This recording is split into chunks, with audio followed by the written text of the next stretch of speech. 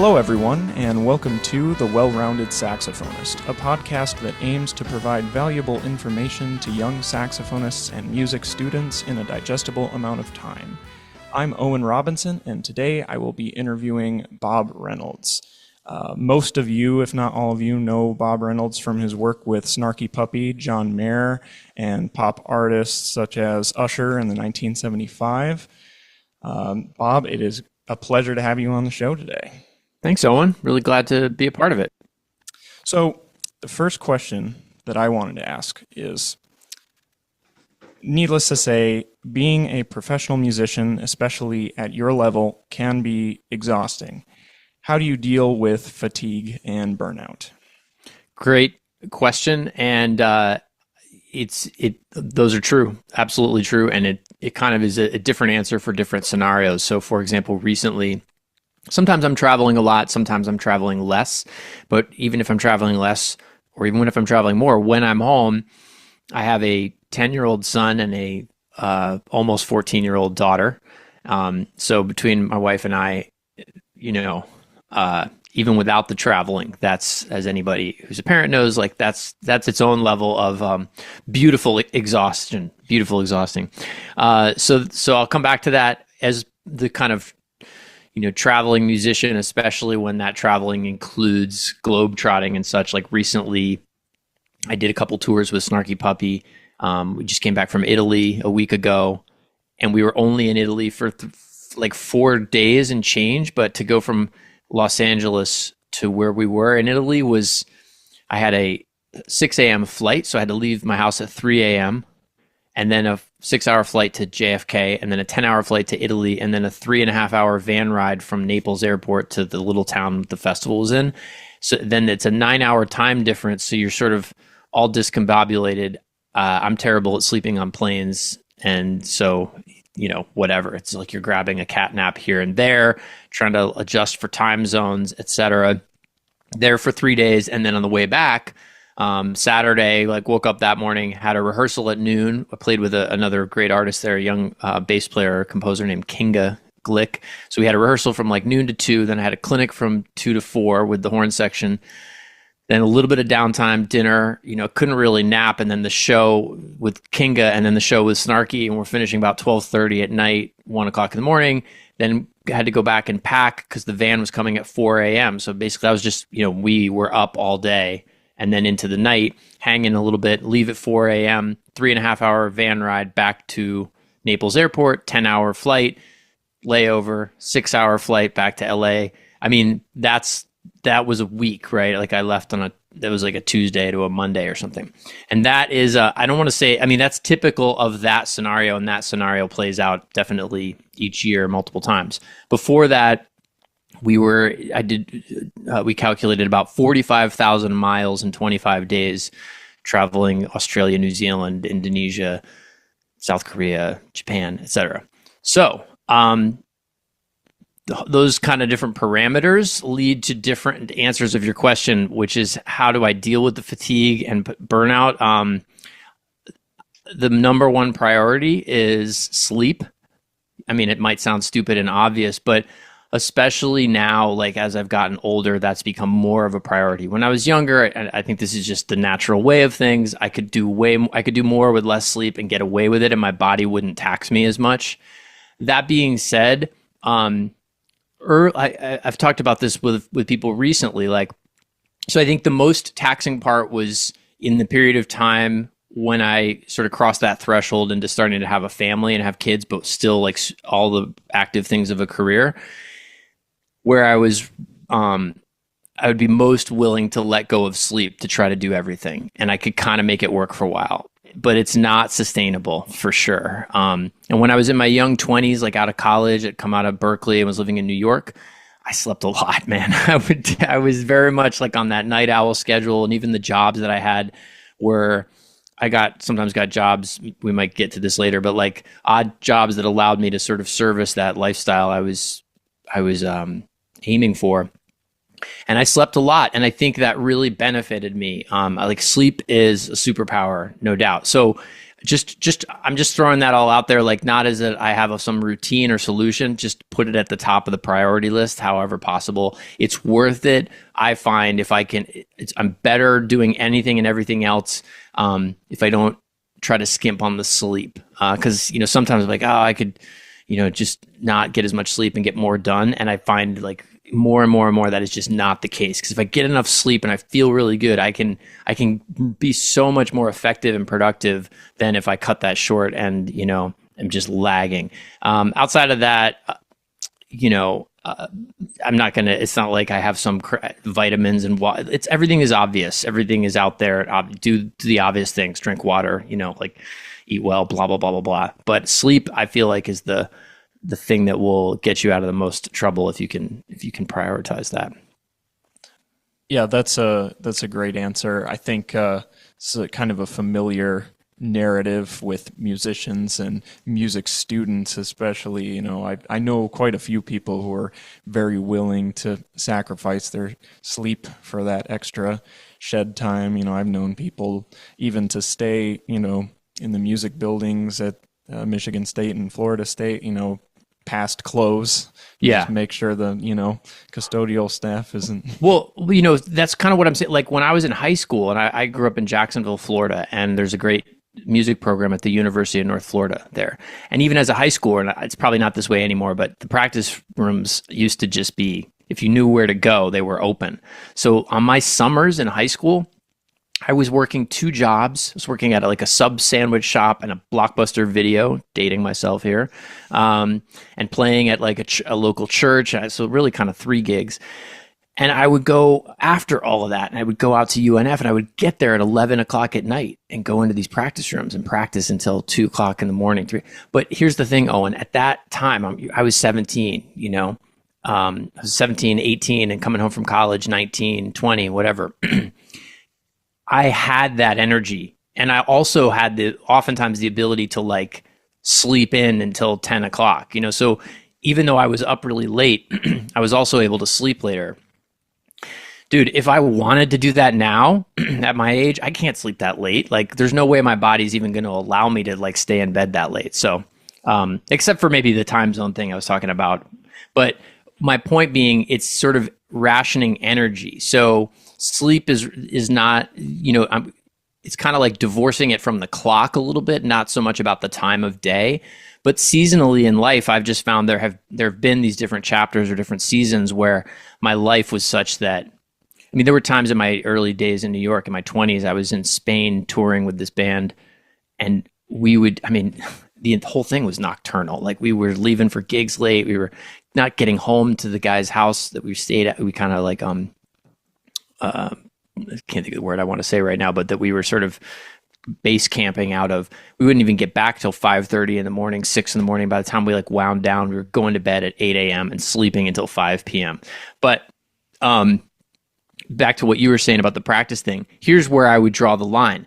If I was in the practice room, it's 1 o'clock in the morning and I'm just feeling great. Like it doesn't matter that it's 1 o'clock in the morning or wherever my energy is. But if you find yourself in the practice room and you're doing it because you think that being in the practice room late is some sort of badge of honor and that you're going to get something out of it, or the cool kids are doing it, or the best players, there I would say step back and really take a look and ask yourself, am I really cognitively making progress here, or am I just spinning my wheels? And ultimately, I would be much better served to be well rested and attack that thing fresh tomorrow.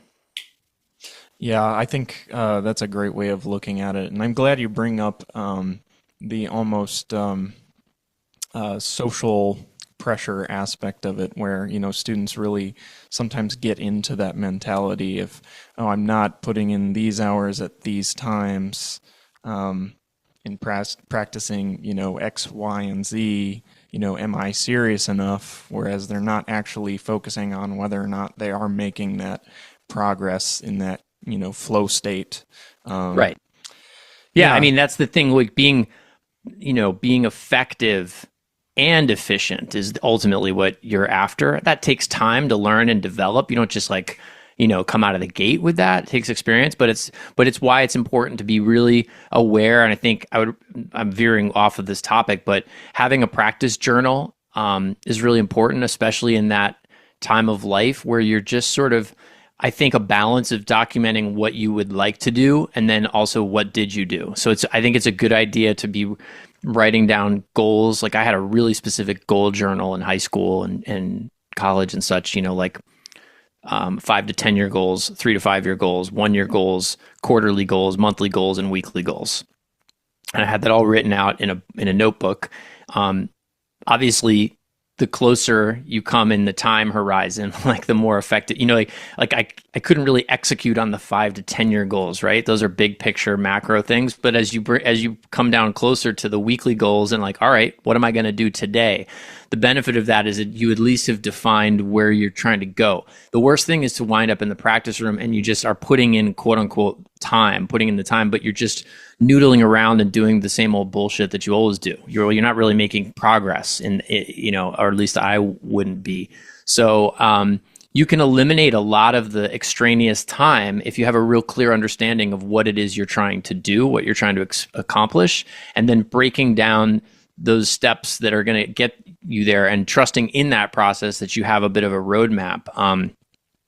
And there's something that you're doing so that you're just not just like in there for 2 hours, like again, the badge of honor thing. You're not going to get a gold star for how much time you spent in the practice room. But it's easy to think sometimes we equate that kind of time quantity with excellence, and it's not really the case. I'm not advocating that you're going to get off without putting in the work, without putting the time, but I'm just saying that all hours are not equally spent. Yes, this is something that I try and discuss on this podcast and discuss with some of the students that I've taught over the past couple of years. This is very good stuff. I want to move on to my next question, which is, I guess you could say, kind of a extensive or loaded question. But especially, for me coming from a classical saxophone background and transitioning into playing jazz more seriously, one of the things that I've thought a lot about is employability and jobs and job security. My goal, and I think a lot of the people who listen to this podcast, is to teach at a university. And so that's kind of, I guess, where this question is coming from. But the music world is constantly evolving, and so is the job market within it. With federal arts funding currently being cut back, do you feel that career opportunities for saxophonists are becoming harder to find and sustain? Yes, but they always have been. I don't think it has anything to do with the federal arts funding cutting that's happening now. And again, this is, of course, only my personal opinion, but I'm saying this as somebody who's a couple decades into a career, and I don't know if I've ever gotten any federal arts funding ever for anything. I mean, in high school, I participated, I think I got an honorable mention in this like NEA Jazz Masters thing or something. I mean, maybe I got a $600 check, so in 30 years of playing the saxophone, maybe I've gotten $600 like from that. There's been a small award here, a small award there, or something, but outside of college scholarships, any kind of federal funding is not something that's been part of my narrative, with the exception of experiencing it in other countries as like a touring musician. Like the band I just mentioned, I used to tour and make records with a guy named Jonah Smith, and you can look up his discography. You won't see my name on it because it was just Jonah Smith Band, but we had a series of albums back like from 1999 until maybe roughly 2005 it was a really cool band. I'm all over it. It was like a small band, and we toured in Spain a lot because our guitarist was from Barcelona. That's a long tangent, but we met up with him in New York, and he used to book these tours in Spain. So we'd go to Spain for like a month, and over there we would play little festivals in all these little towns, and you would just be in the town square of some small Spanish town, and like what was that? We got paid. Where did that money come from? It came from the local municipality, and that came from the Spanish government because they had those kinds of supportive endowments for the arts. We in the States, we've never really had that. I mean, there's been grant funding for specific things, and I understand that certain. Look, I'm definitely out over my skis, so to speak, to talk about this in any great detail, but it's not like it is, or at least it's not like it has traditionally been. This may also be changing in Europe and such, where, yeah, you'd be in some small town in Italy or Spain, and it's like you're just kind of playing for whomever is in the plaza. It's not the JVC Jazz Festival, you know what I mean? But it was supported by the arts program, government funded. Okay, I know that's a bit of a tangent. I'll come back to the sort of the opportunities. I came out of Berkeley. I graduated with honors, like summa cum laude, like, in the top percentage of the class. Nobody has ever asked to see my physical degree from Berkeley, including USC, where I'm a professor at USC now. They never said, "Can we see your paper degree from Berkeley?" I mean, I do have it if anybody needs to see it, but my point being, the reason I'm a professor at USC now is not because I went the traditional route of school-based stuff. I'm there to bring and offer what I've developed over a career, actually doing this stuff, carving it out. All the different ways of sideman and band leader and making records and being on records and touring and all the interstitial things that had to happen along the way just to sort of stay in the game. And that is valuable because I can now share a life, this up to this point of experience beyond just music with my students, right? Like there's so many, whereas what I'm trying to say here is that if you only stay in school, and I understand why people do this, they go from high school into college and then everybody's graduating from college, so they get a master's degree. Well, everybody's got a master's degree, so I better get a doctorate degree. Well, I don't know what's next when everybody who's trying to teach jazz is a doctor in jazz.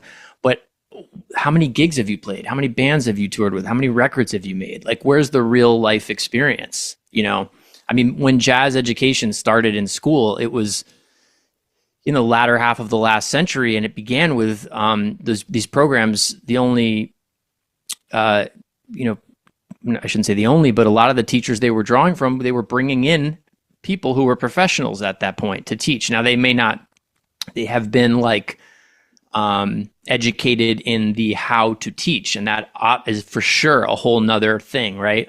What is it they call that? Pedagogy. But it's a blend, man. It's like, what are you, it's all well and good to know how you can have somebody who's a great player and has no idea how to communicate that to other people. For sure. We know that's definitely. But on the other end of the spectrum, you can have somebody who knows all sorts of things about pedagogy and how to teach and doesn't have anything worth teaching other than regurgitating other stuff. So I think you want to be cognizant of the balance. There's nothing wrong with pursuing an academic lane, but what is the life experience outside of school that you're also bringing that's going to add value? Because whatever lane it's going to be in, there's just not that many, nor have there really ever been that many positions. There's only so many schools and so many positions in this. So if you're in a competitive environment where that's what you're seeking as your path, it's like, well, what do you have to offer besides the same, stack of paper degrees as the next person? That's a really good point. So I'm in I guess you could say, a unique or awkward position with this, where I'm kind of trying to do both classical and jazz saxophone at somewhat of a high level. And now, can I pause you there and just hold on to that thought? At least I just want to put this in your ear. I'm curious because it's not my lane. What that means I want to hear about what that means when you say classical saxophone. What does that mean outside of teaching? What is that? So go ahead with your question. Yeah. So what my undergrad looked like. So I studied with Joe Luloff at Michigan State. I'm the tenor chair in the Pulse Saxophone Quartet. We did, the chamber competitions, the stereotypical ones, Fischoff, Chesapeake, some international competitions, and, concertized repertoire. We'd usually per semester try and have about an hour plus, concert program. So a lot of what I did in undergrad was chamber music and solo work, and now I'm pretty much exclusively transcribing, going to jam sessions, playing. I'm studying at Florida State now with Dave Detweiler, playing in the jazz bands there with Leon Anderson and. Oh, Leon's great. Yeah, he's awesome. Gotten to work a little bit with Scotty Barnhart and the faculty down there is great. I got to hear UNF's jazz band recently at the Apopka Orange Blossom Jazz Festival. That's a killer program. Yeah, and Todd Del Judas is, I don't know what his role in the big band situation is over there, but I know I think he's still at the program, right? Yeah, he is. He still teaches there, and I know one of Justin Mendez, I believe, is at UNF. He was, and now he's in the Commodores. Oh yeah, I know that. I thought you meant he was teaching at UNF, but yeah. No, he was there. Yeah, I know Justin. He came to my saxophone camp when he was like 16 years old. Oh man. Yeah. Yeah. No, I got to hear him play with Will Vinson and the Navy Commodores when I was at the Navy Band Symposium this year with one of my quartets. But yeah, so I guess classical saxophone for me means chamber music and mostly the French solo rep. But I, as much as I love that, I've really tried to branch out, and what I don't like about it is, like you said, there's only so much application with it. I've worked for 3 summers with my quartet with Interlochen Public Radio. We were artists in residence for 3 summers there as a part of the Soundgarden project, where we go out into communities in northern Michigan and try and play classical saxophone quartet versions of Soundgarden's music. That would be fun too, but it's actually just we play our academic repertoire and our classical stuff for people and interact with them too. Can I interject here for a second, and just because it's related to your question? So, if the question being about opportunities, right, for having a career, I would throw this out to you and anybody listening who's kind of thinking about this. I think the tendency is to think about it as, there aren't as many opportunities for me. I want to do this thing. Where are the opportunities? They're shrinking. They're going. But who ever said that you get to do this? Like, where is it written that any of us get to do this thing? It's not. If you were going into any other lane in business, nobody walks around going, I really just want to do this thing. How come nobody's giving me customers? You have to create value. That's where enterprise comes from. That's where opportunities come from. If the whatever it is, from a startup to a mature company, is not creating some sort of value in the marketplace, there is no business. So it's a bit of a mindset shift. And I'll just give you a quick example based on only just what you said to me. You're talking about these festivals, these competitions, the Soundgarden thing. Let's pause there. I was joking because I knew that's not what you were saying, that you were going to be playing quote unquote classical saxophone quartet arrangements of Soundgarden. But if you look over in the string department, right, what is it like? I don't know if it's the Turtle Island String Quartet. That's probably not them. But there are the Vitamin String Quartet. Are you familiar with them? Yeah, right? They do like Radiohead stuff. Correct. And all that. Yeah. Correct. They have provided entry points for audiences. You might be somewhere in some town and you're not interested in classical music. You're definitely not interested in the string quartet, but you might be interested in going along with somebody who's like, hey, I've got tickets to see this string quartet, but they do Tori Amos, and that's it, or they do Radiohead and that's it, and you're a big fan of whatever that band is, right? So now you have an entry point. It's not dissimilar to the way that in the middle part of the last century, especially jazz musicians played standards. Well, what are standards? Standards are Broadway show tunes for the most part. They're written by Tin Pan Alley composers in the early part of the 20th century. And so they were tunes that were familiar to the majority of people in the majority of households. So when Miles Davis played Surrey with the Fringe on Top, people recognize when they heard da da da da da da da da, they and I don't actually know all these lyrics, but you know what I mean? They knew what the song was. So it'd be analogous to now somebody playing a Billie Eilish tune, but they're doing some arrangement of it. I'm not suggesting or advocating one way or the other. I'm just trying to kind of surface an example of where you can look at something from a different perspective and you go, okay, I would like to do this. How do I create interest and demand around that thing? How do I, there's a guy actually in the Southeast. I don't know if you've ever run across a name, Noel Friedline. Do you know that name? He's based out of Charlotte now, but he performs a lot in the Southeast region. And my best friend, Juan Roland. Have you heard of Juan Roland, saxophone player? He's based out of Jacksonville. Sounds familiar, but he's terrific. And we'd made an album together years ago called Deja Vu that's on my streaming channel. So if you want to look that up, it's like 2 tenors, bass and drums, and you'll hear what a monster of a player Juan is. But Juan plays with this guy, Noel Friedline. Noel Friedline he's been around for decades, and he's got a successful career in the South. I don't want to limit him, but I can say for sure in the Southeastern United States, he's created a market that has allowed him to have a sustainable career as a performing artist. Primarily, I mean, he may or may not do teaching on the side, but he's built a living and supported a life and a family mostly by playing concerts with his jazz quintet. And I think largely it's because he found a way over time to create things like he does. I'm going to mess it up, but maybe it's like the music of Stevie Wonder or the music of the Beach Boys. He found ways of creating.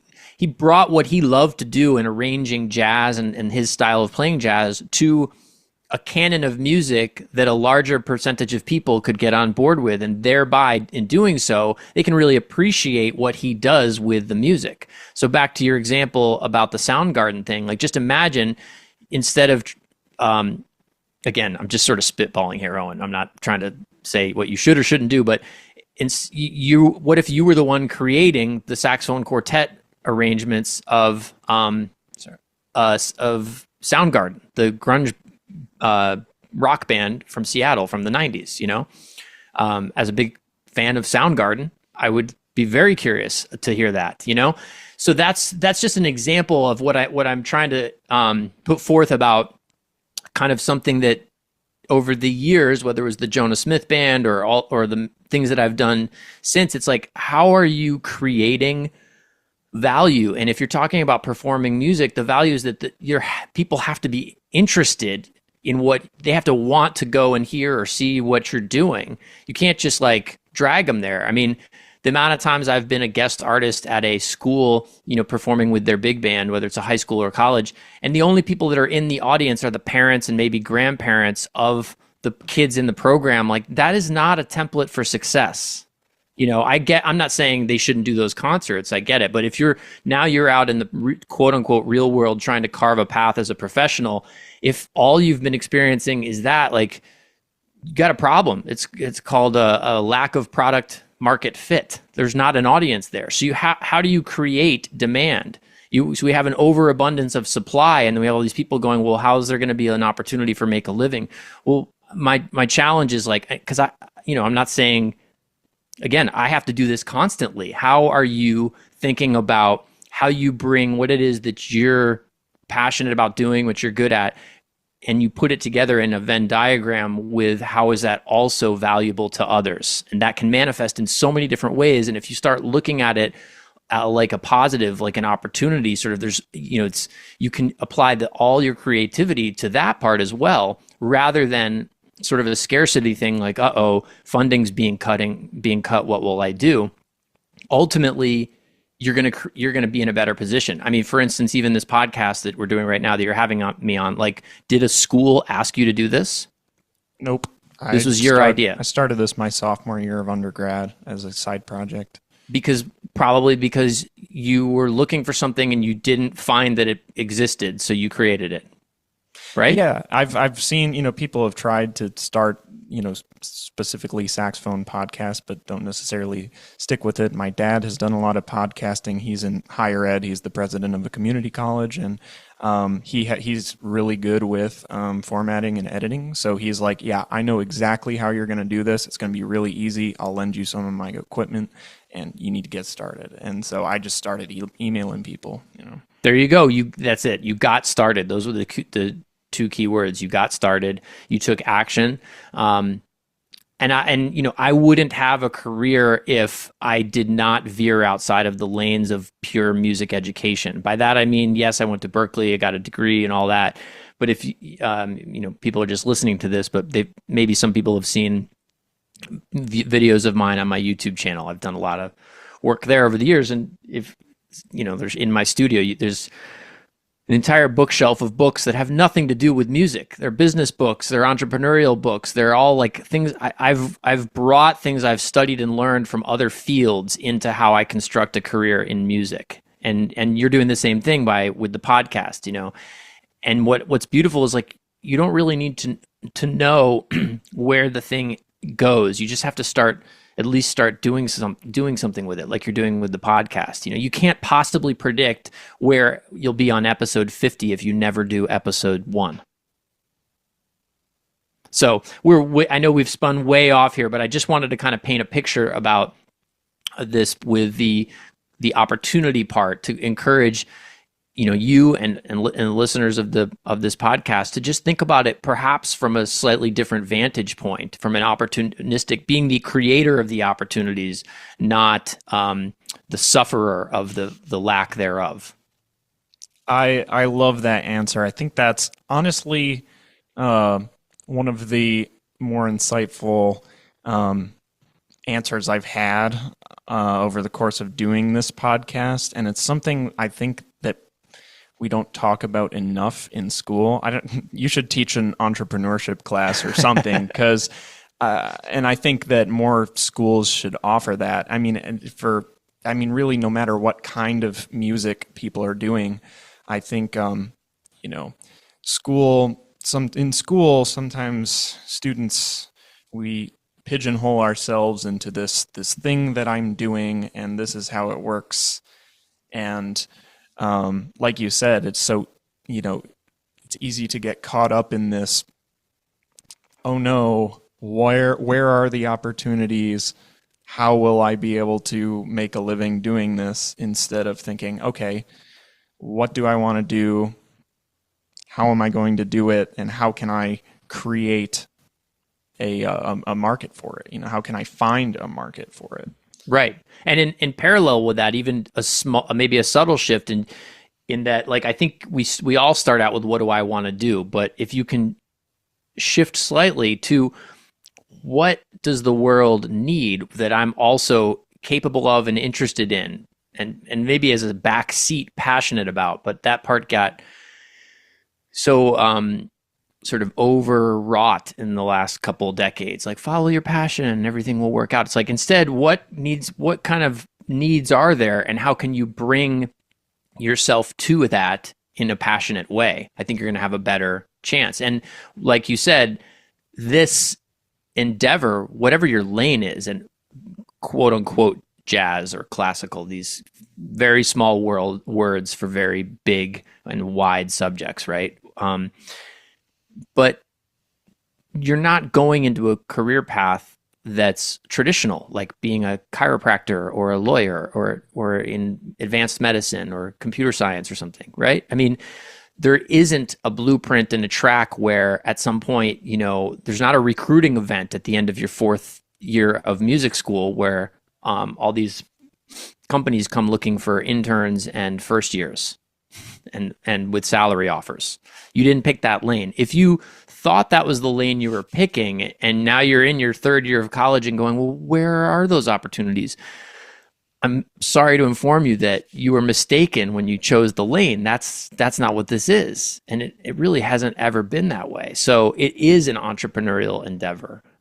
It's not easy. Even the people who are, I've had some conversations recently, and I can't share with whom, but let's just say top of the food chain people, when you think about jazz performers and such. People that you and I would think like, wow, they must live in a, palace, a gold palace in the clouds somewhere. And it is maybe harder than ever now for them. There's no easy path here. So I don't mean to like sound scary or dissuade people. It's like, no, it's just, that's reality. So let's stop looking at it like there's something just waiting for you. And then you're like, how come where is it? I mean, even if I look at the trajectory of Snarky Puppy as a band, as an organization, where are we in 2025? So they would say they officially formed in 2004 in Texas. So 21 years later. And that's a whole nother podcast about what that build and grind has looked like. But just to give you a tiny little story that maybe kind of speaks to the broader picture of what that kind of level of performative success is. By the way, Mike League, who runs that band, he's not just the composer, the band leader, the bass leader, but there's Ground Up Music, the record label. There's the Ground Up Fest, which is 10 years in now. And anyway, so he's in effect, he's a CEO. He's a really effective CEO of this company, of which Snarky Puppy is like the main engine. But back in his early years, post-college, when they were touring, I was not part of the band yet. I joined them like 10 or 11 years ago, so halfway through. But I love this story. They were touring regionally, outside of Denton, Texas, where they were kind of forming between there and Dallas. And he had bought a van, an old rundown white van, and they were... Actually, I don't know why I said it was a white van. The Jonah Smith van was a white van. I have no idea what color Mike League's van was, but it was an older van that they were touring in. And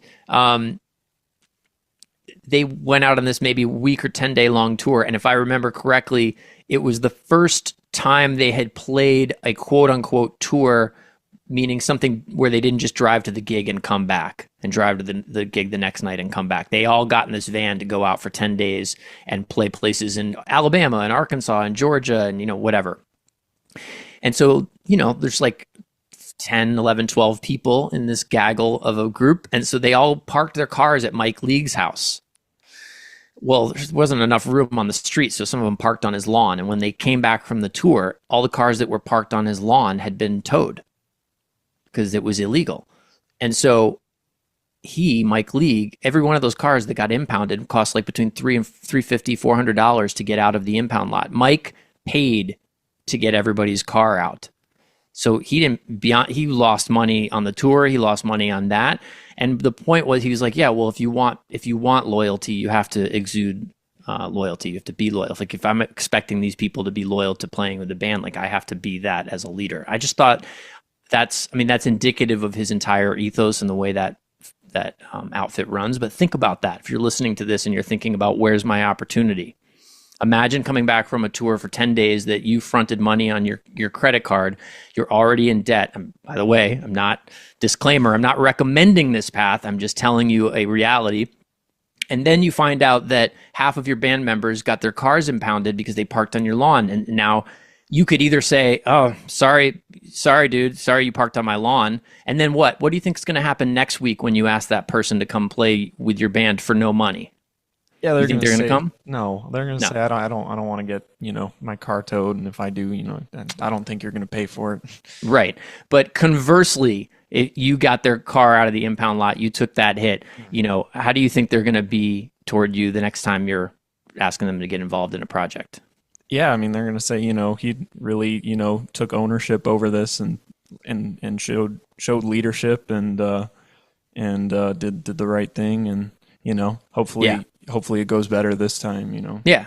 So anyway, it's just a little sidebar, but that kind of speaks to the overall kind of ethos of operating down this road. And when I was touring with Jonah Smith Band, we weren't making any money we would make whatever on a gig or something, but we were sharing the driving. We were I helped build the first website. We would contribute to trying to book the gigs. If we made $50 or $500 as a group, we took out the gas money and then split was what was left over. It was this.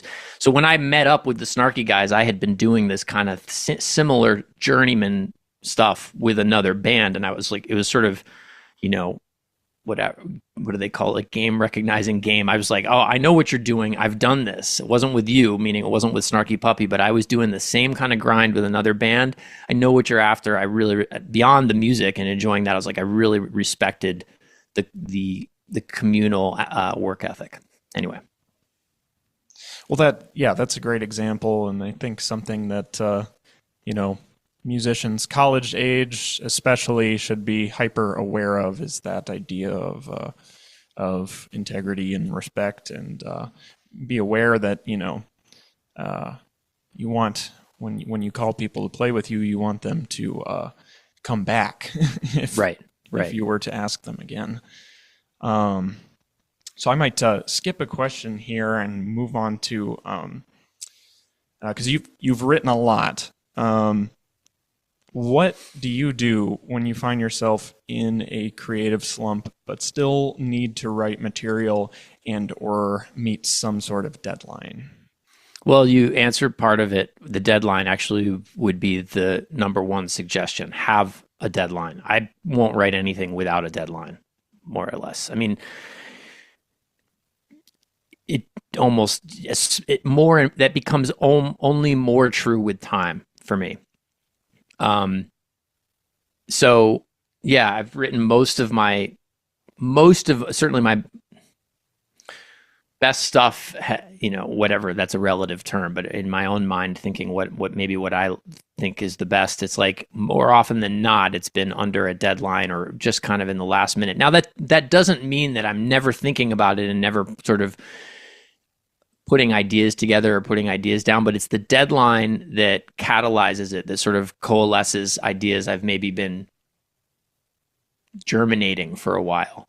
And it's not until I have some reason that I have to deliver something to other people that it'll happen. And if nobody's giving you that deadline, then you have to make it for yourself. I heard Justin Stanton, who's one of the keyboardists, the main keyboardist in Snarky Puppy, was giving a talk at our festival in Italy a couple weeks ago, like a master class on composition and stuff. And somebody asked more or less the same question you just did, and he said the same thing about deadlines. And he said, book a studio and hire some musicians. Put some skin in the game. Put yourself on the line financially. You'll write something. You'll get something, and then kind of like you were saying with the podcast, you get started. You have to just get started. I mean, I'm saying this out loud to you, Owen, and I'm like 100% talking to myself as somebody who continues to have a problem with, I don't have any sort of writing habit. I never really have. And I continue to struggle with the friction of, I would like to be writing more than I am, and it frustrates me. And I have performance opportunities, and it's a whole nother discussion, but I have not solved that equation, but the same answers still apply now that applied 20 plus years ago. It's the recording session that's going to happen next week that's what's going to make me write. That's just it's what takes the overwhelm of the potentiality of anything and everything and narrows it down to something specific and manageable. Oh my gosh, I'm going to be in the studio next week with these three guys.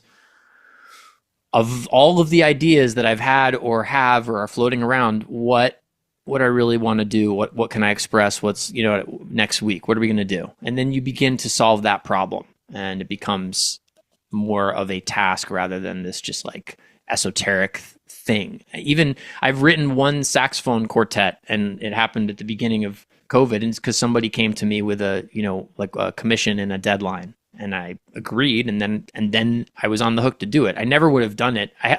Clearly, I haven't done another since, even though I was like, oh, this was cool. Kind of like how that came out. I should do another one.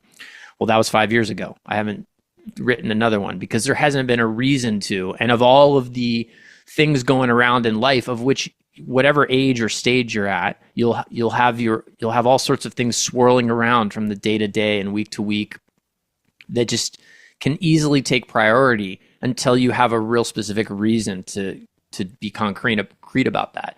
I mean, perhaps the only exception to that was my early time in New York, kind of post-college, like late college and early post-college, where I had a little bit more of that luxury of just a lot of time, and I was gestating a lot of ideas, and I didn't necessarily have the outlet for them. But that was a point in time where I was quote unquote writing a lot, even if it wasn't coalesced into finished compositions. But then it was making my first recording. That's the reason that I had to sort of cull through everything and sweep stuff together and go, is this ready? What is this? Is this almost ready? Can I make this ready? Okay, no, this one's not going to work, but this one has potential. I can finish this one, and that becomes the thing.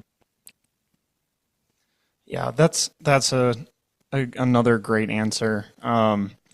It's funny again. I think, like you said, I almost answered some of my own question by mentioning the deadline, where it's like, yeah, that's the thing that's going to really make or break whether you're going to do it. Like I'll add one little thing, because I realize you said deadline, but you also said when you find yourself in a creative slump was the first part of the question. And I feel like I don't mean to sound dark about this, but I'm probably more often in a creative slump than not. If I think about it. So the deadlines can get me excited to pull out the ideas that have been swirling around, but the ideas are always swirling around. So I, like so many people, I have a litany of voice memos on my phone, just from the voice memo recording app, where I'm whistling something in or playing something in. The problem is I don't have any kind of routine or regimen for going back and filtering through them and seeing what still interests me until that kind of deadline thing is coming up. And then I'm like, shoot, is there anything interesting in here? And then I'll go back and listen to past ideas, and some of them I'll instantly hate, but there will be a couple that I'll be like, ooh, that's still interesting to me. Okay, great. Now I have a spark to work with. So that's one thing I'll do, is just go back. It's important to be always collecting ideas, whether that's in voice memos or Logic files or, pen or pencil to paper, however it is that you do it, in such a way that you can go back and review and see which ones still spark that energy for you at a later time. And the last thing I'll say, I promise, on this subject, is go for a walk. It works for me almost every time. I find just like get your body moving. Go for a walk. Second to that, go for a drive, but put yourself in motion. I don't think I've ever had many great ideas just like sitting down at a desk going, okay, time to write. I mean, sitting at the piano is one thing. That's another thing. Sit at the piano. Sometimes the problem with sitting at the piano for me is that I go to all the same places I've already been, and then that gets frustrating. It's like I'm going to have the same sort of instinctive muscular reactions to my hands at the keyboard. I don't know if you've ever experienced that. I'm like, I know that sound, or I've done that before. Absolutely. Yeah. The piano, I mean, it's such a good way to visualize certain things or figure out, maybe how something is voiced in a certain recording. But, me definitely not being a pianist, having, a certain amount of childhood piano lessons and my undergrad piano class, and otherwise really just trying my best to approximate, chord voicings from recordings. Let's say, I'm not a pianist, so it can be I feel the same way, where I sit down at the piano and I'm like, yep, I can play that thing that I thought about yesterday, and I can play, a couple chords from this Herbie Hancock thing I've been checking out, but I can't, it's like, it's not my voice. It's not, it's not the tenor saxophone where I could probably come up with something new faster. What I find, and one of the times that very much, two brief stories on this. A couple of years ago, I did more than a couple of years ago, I did a record called what do we call it? A Message for Mobley, or a Message to Mobley? I think it's a Message for Mobley. So I have an album called that.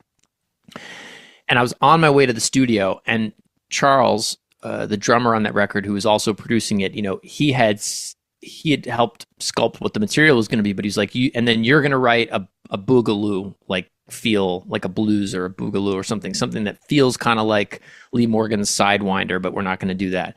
And I was like, yeah, I'm going to do it. And I put it off and I put it off and I put it off. I'm driving to the studio, and he texts me. He's like, so we're here. I've got everything except you never sent the tune. And I was like, yeah, totally. And I was like, crap, I'm literally driving to the studio. My record, my album, I'm the executive producer. I'm funding it. The band is at the studio already. So on the way over to the studio, just whistled this idea into the voice memo thing. And then when we got to the studio, I just played that for them.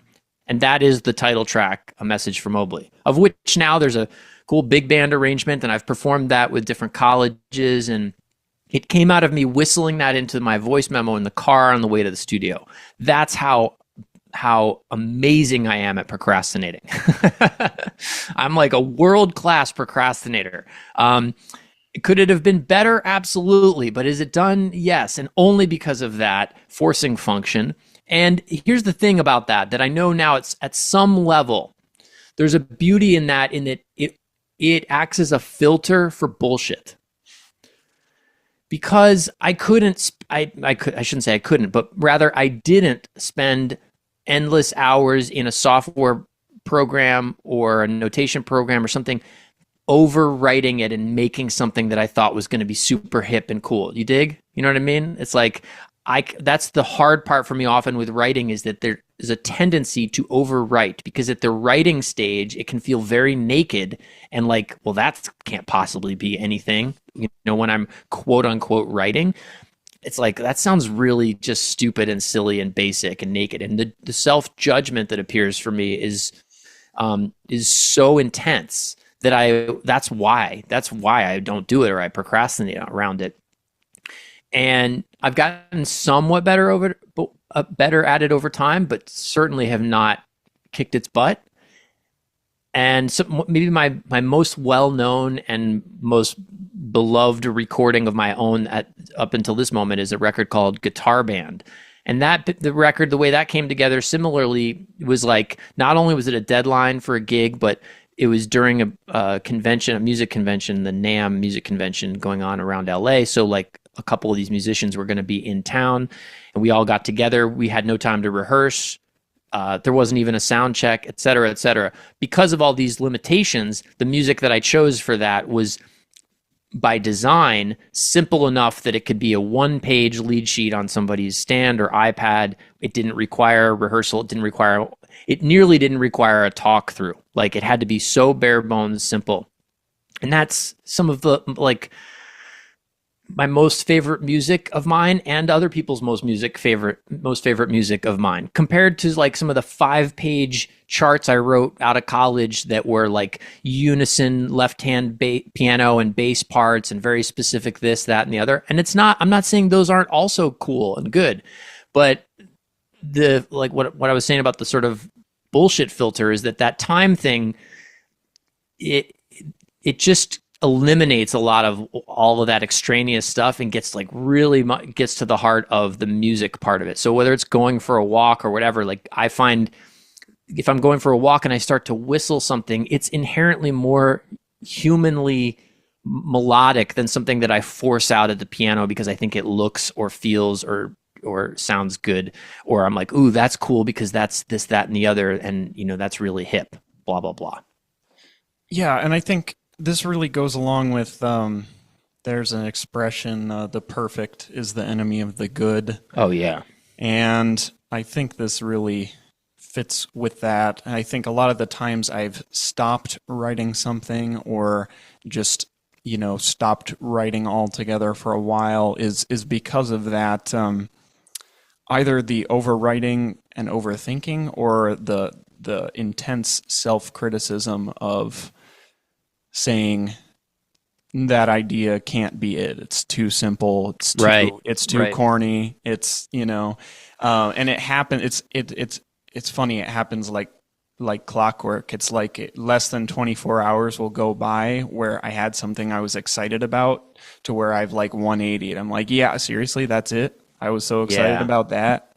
Yep. And sometimes, I wonder if that reaction is just, it's bound to happen, and sometimes you just have to leave it and get over it.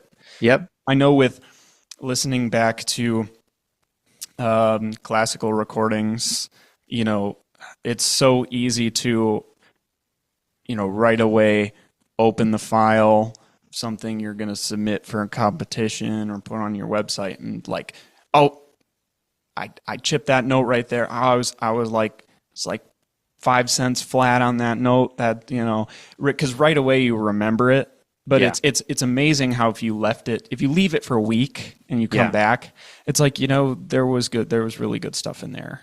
Oh, Like, absolutely. I have a record that's in the can that I need to put out. It's done. It's mixed, it's mastered, but I recorded it a year ago. And it took me 6 months, to even come around to listening it, because I want to get better at shortening this curve. This is longer than it needs to be, but I have to have time between, if it's my project, you know, when I recorded it and when I start to review it, because otherwise I will just instinctively decide none of it is good right away. And there's a reason for that. I'm sure there are multiple reasons, but one that's most apparent to me is, and this comes a quick story to back this up. I was making a record which now is out and has been out, and it's called Hindsight. And I was in New York making this record years ago. Great band with Aaron Goldberg on piano and Ruben Rogers on bass and Obed Calver on drums, who's the drummer in the Lincoln Center band now, but was in SF Jazz before that, and just a monster drummer, a monster players all around. But we're in the studio making this record of mine.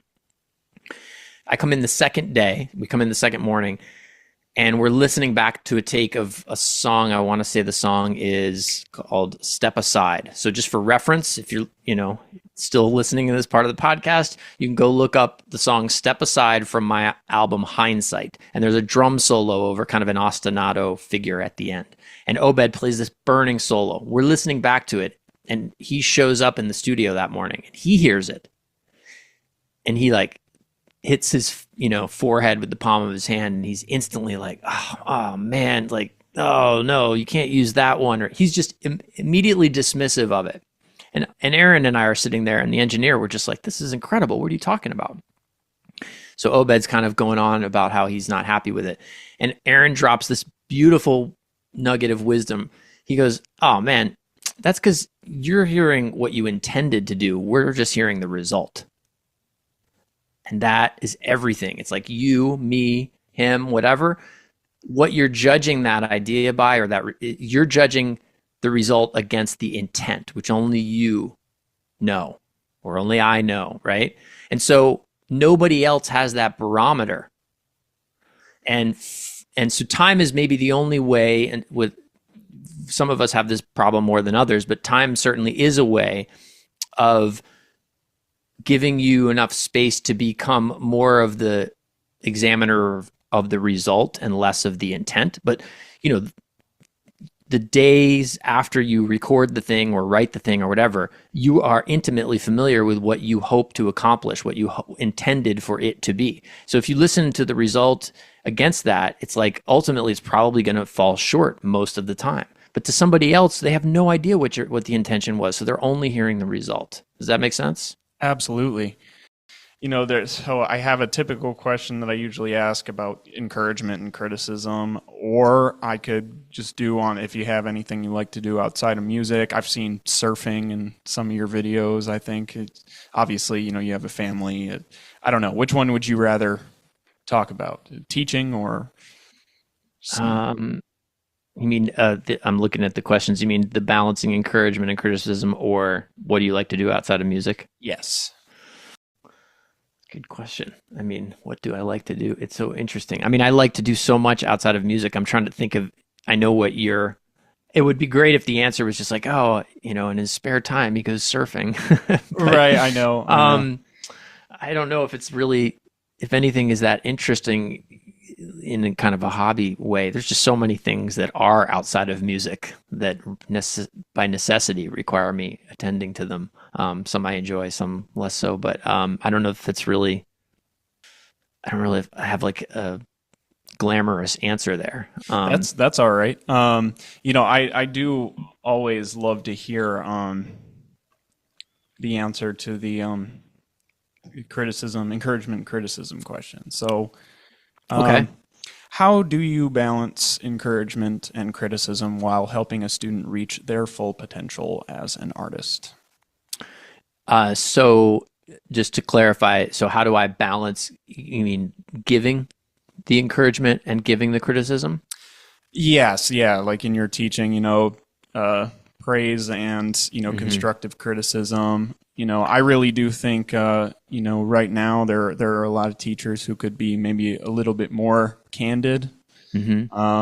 Of course, there are always extreme examples on either end of this spectrum. But I do think, good teaching has some kind of balance where, the student, isn't losing sight of kind of what we talked about with the writing, like losing sight of what they are doing well, but that they're not just, coasting by unaware of their oversights and their weaknesses. Yeah, it's a good question. And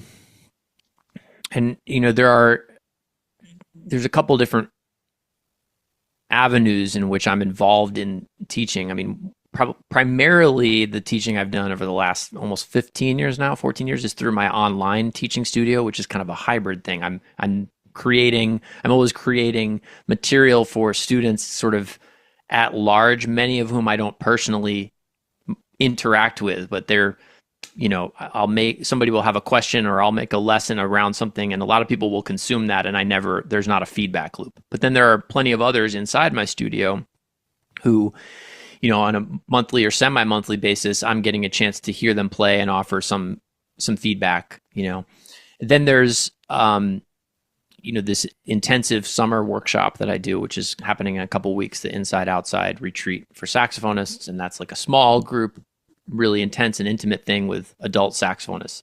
And then there's the teaching now that I do at USC with private students one-on-one. So a couple different lanes here, but so I bring that up to say that I think the commonality for encouragement and criticism is, like you said, it is a balance. I'm aware of what the extremes certainly could be, and I'm old enough to come from an era pre-internet and definitely pre-social media where there was probably a lot more of an aggressive style from some people. Like I had not like a private teacher situation, but I had teachers, or I was in a program that had people teaching who were very much like, I'm just drawing a broad picture here, but like, you idiot, what are you doing? Like, you know what I mean? They didn't necessarily say those words, but kind of what was behind it was like, you suck, you need to get better. And then now go all the way over to the other side where, because of the era we live in too, and such with, people are often overly delicate, or there's not enough critique. It's too much like, yeah, man, sounds good, which isn't helpful. So I say that to say that I'm aware of those extremes or those polarities, and I certainly don't want to be on either end of the extreme. I've personally benefited in my life, especially in my young student life, from some of the more kind of like ass-kicking style, where I kind of got really embarrassed in a moment in a group setting. I had that happen at a Eberswald camp once, by a drum professor. And then even privately, like one of my first mentors, we just used to play duets to Jamie Aebersold's, like together. We just take trading courses, but I was a neophyte at the time. And I remember one time I'll always remember this one specific time where we played a song for an hour. He wasn't my teacher per se, but he was 100% my mentor that I looked up to. We're just playing the song over and over. And I was like, can we move on to the next song now? I feel like I've played everything I can possibly think of. And his response was, good, maybe now you'll finally play something interesting. I mean, that one response did as much to shape me as any like lessons I went on to have privately at Berklee College of Music and stuff, So it was that harsh, perhaps, but it was said in love from somebody who, wanted me to be the best that I could be, right? So that was extremely valuable to me, as opposed to if he had just been like, yeah, man, you sound great, when I didn't. I mean, I was just I was just learning. I didn't sound great, but he knew that I could do better. So that type of criticism in that place was really effective. it wasn't, anyway, I don't want to dwell on that too long, but I've seen other people like, somebody's really harsh and they cry, and that same person could be really harsh and a different person comes back the next day like a better player because of it. So a lot of it has to do with how the person handles it. And I think part of the job as the teacher is to develop an understanding of who you're communicating with and what kind of tolerance level they have for that. There's also like, all right, if you're talking about one-on-one teaching in a college thing, it's like, well, like, let's not waste time. Like, you're spending my time and your parents' money. Like, what are we here for? Are you here to get something done? Like, otherwise, let's not beat around the bush. That doesn't mean you need to be a jerk about it, but you have to sort of be constantly self-aware and aware of the student, I think, that you're engaging with as to what is appropriate. I don't know that there's a particular answer I can give on like what that level is. I'll just say that as a general rule of thumb, my approach would be to, and this is, I think very generic probably, but is to just look for something first that that's positive, that I can start with what's good. Man, your tone is really nice, especially in this register. I really love this kind of buttery thing happen, but as you get up top, it starts to break down. It's thinning out a little bit. Do you feel that too? I think we need to address that. Okay, here's some ways I think we can address it. All right, great. I'm going to give you them. Let's say I'm seeing that person next week and they come back and they haven't done what I suggested. Well, now I have to make an adjustment. It's like, well, what's going on here? Like, it's going to get harsher if they didn't take that. If they took that to heart and they're working on it, I continue down that same path of instruction, right? Like, I was able to be both encouraging and critical objectively of something that we can work on fixing. So that's sort of what I mean by the balance, but you just have to kind of be aware, like, does this person, are they paying attention and really trying and we're working on this, or are they not paying attention and it's time for a heavier dose of reality? Yeah, that's a great answer. I've talked with a lot of colleagues about this, people who are starting to